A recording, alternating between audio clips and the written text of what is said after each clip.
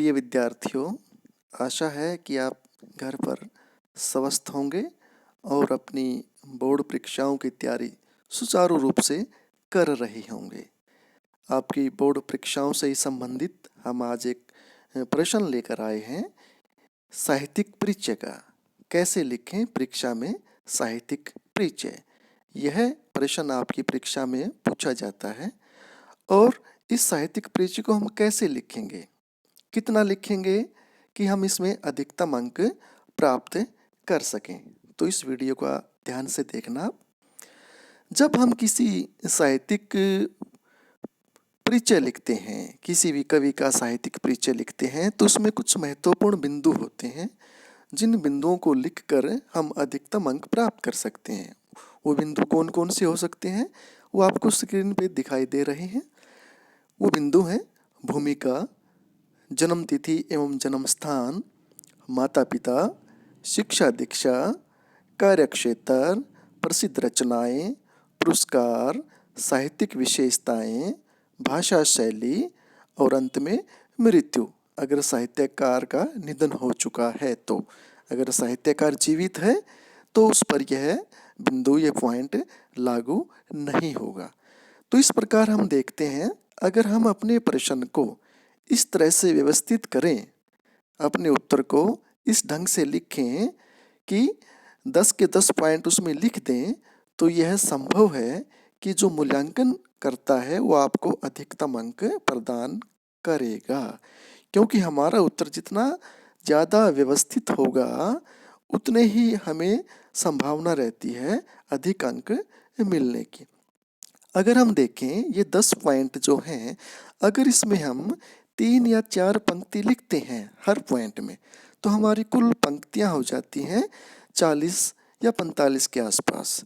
तो अगर हम 40-45 पंक्तियों को सिर्फ एक पैराग्राफ के रूप में लिखते हैं तो उतना ज़्यादा हमारा उत्तर आकर्षित नहीं करता।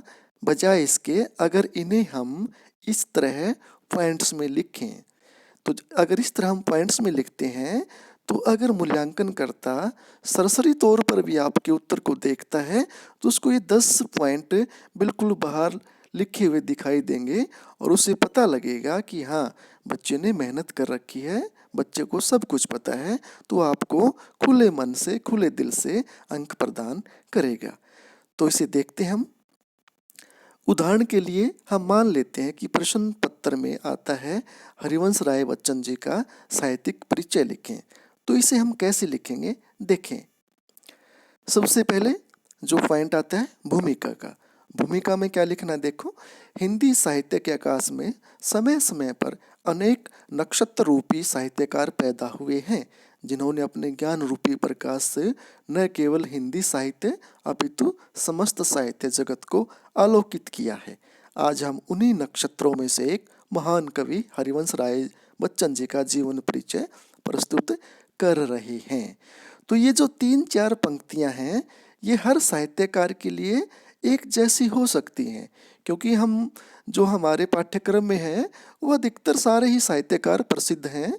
और हमें सिर्फ क्या करना है कि जो नीचे से दूसरी पंक्ति है उसमें सिर्फ उस साहित्यकार का नाम परिवर्तित करना है। तो कोई भी साहित्यकार का साहित्यिक परिचय पूछा जाता है तो हम सिर्फ इस भूमिका में उसका नाम यहाँ शामिल कर देंगे। भूमिका के बाद अगला जो पॉइंट है जन्म तिथि एवं जन्म स्थान। यहाँ पे 2 ही चीज़ें देनी है, साहित्यकार का जन्म और उसका जन्म स्थान। कुशल साहित्यकार बच्चन जी का जन्म 27 नवंबर 1907 के दिन बापूपट्टी गांव, जिला प्रतापगढ़, उत्तर प्रदेश राज्य में हुआ था। तो यहाँ जन्म तिथि है, गांव, जिला और राज्य। अगला पॉइंट है माता पिता का। इनके माता पिता का नाम श्री प्रताप नारायण श्रीवास्तव और श्रीमती सरस्वती देवी था। छोटी आयु में इन्हें बच्चन नाम से पुकारा जाता था, जिसका अर्थ बच्चा होता है, जिस कारण आगे चलकर उनका उपनाम बच्चन हुआ। तो यहाँ पे ये लाइन भी हम ये पंक्ति लिख सकते हैं मूल्यांकनकर्ता को इम्प्रेस करने के लिए। भाई जो बच्चन है उनका गोत्र नहीं था, ये ना ही उनका कोई उपनाम था, वैसे बचपन में इनको बच्चा कहते थे तो उन्होंने अपने नाम के साथ बच्चन लगा दिया। शिक्षा दीक्षा, हरिवंश राय जी ने अपनी शिक्षा म्यूनिसिपल स्कूल से शुरू की थी। 1929 ईस्वी में इन्होंने इलाहाबाद विश्वविद्यालय इलाहाबाद, वर्तमान में जिसे प्रयागराज कहते हैं, से स्नातक बीए एवं 1938 ईस्वी में स्नातकोत्तर एमए अंग्रेजी विषय की उपाधि प्राप्त की। शिक्षा दीक्षा के बाद अगला पॉइंट है कार्यक्षेत्र का। सन 1942 ईस्वी से 1952 ईस्वी तक ये इलाहाबाद विश्वविद्यालय में अंग्रेजी विषय के प्राध्यापक के रूप में कार्यरत रहे। इसके बाद इन्होंने विदेश मंत्रालय में हिंदी विशेषज्ञ के रूप में अपनी सेवाएं दी। तो जो कार्य क्षेत्र है वो साहित्यकार का महत्वपूर्ण क्षेत्र होता है, क्योंकि वो साहित्यकार के साथ साथ अपनी आजीविका चलाने के लिए किसी न किसी पद पर कार्यरत होते हैं। तो ये कार्य क्षेत्र उनका, ये जो पैराग्राफ है कार्य क्षेत्र का बनेगा। प्रसिद्ध रचनाएं जो किसी भी साहित्यकार की पहचान होती हैं। हरिवंश राय जी इलाहाबादी काव्य के अग्रणी कवि थे। इनकी प्रमुख रचनाएं निम्नलिखित हैं। तो यहाँ पे जो रचनाएं आपको याद रहती हैं, या ये कहें जो रचनाएं उनकी जो प्रसिद्ध होती हैं उन्हें ही याद करना होता है, क्योंकि रचनाएं तो किसी भी साहित्यकार की सैकड़ों हो सकती हैं। तो जैसे काव्य संग्रह है, आत्मकथा है, अनुवाद है, डायरी है, इन्होंने इन पे काम किया है। तो यहाँ पे जो मुख्य मुख्य हैं वो लिखी गई हैं, और आपको ये मुख्य मुख्य है, इनमें से काव्य संग्रह में से कुछ छोड़ सकते हैं, कुछ याद कर सकते हैं। बाकी अगर आत्मकथा लिखेंगे तो इनके जो 4 खंड है वो चारों के चारों लिखे आप। अनुवाद उन्होंने किए, कुछ शेक्सपियर के नाटक थे, विलियम शेक्सपियर अंग्रेजी कवि हुए, वो ड्रामाटिस्ट हुए हैं, उनके नाटककार हुए, उन्होंने उनके नाटकों को अंग्रेजी से हिंदी में अनुवाद किया है।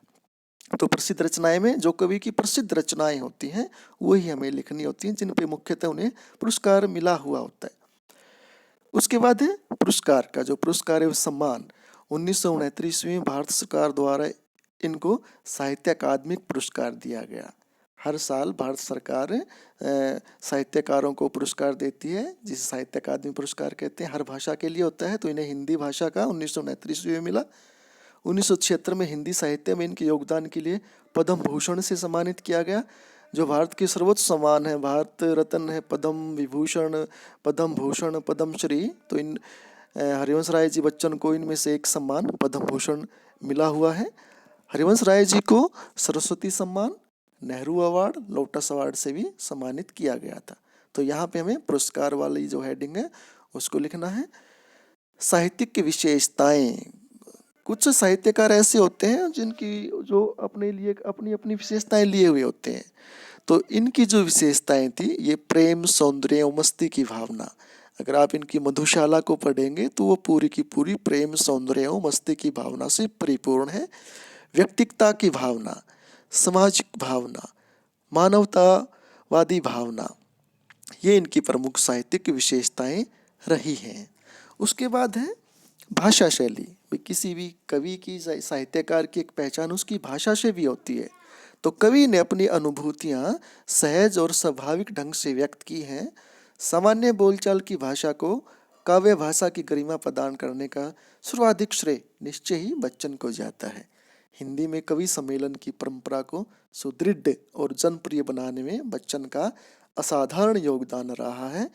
इनकी भाषा आम व्यक्ति के निकट है। तो हम संक्षेप में कह सकते हैं कि इनकी जो भाषा है बिल्कुल सामान्य भाषा है, खड़ी बोली जिसे कहते हैं हम।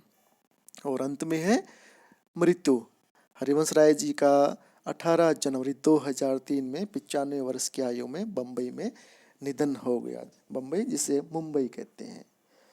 तो इस तरह से आप अपने प्रश्न को लिख सकते हैं, और आप इन महत्वपूर्ण बिंदुओं को ध्यान में रखते हुए इन महत्वपूर्ण बिंदुओं को अपने उत्तर में समाहित करते हुए अधिकतम अंक प्राप्त कर सकते हैं। धन्यवाद।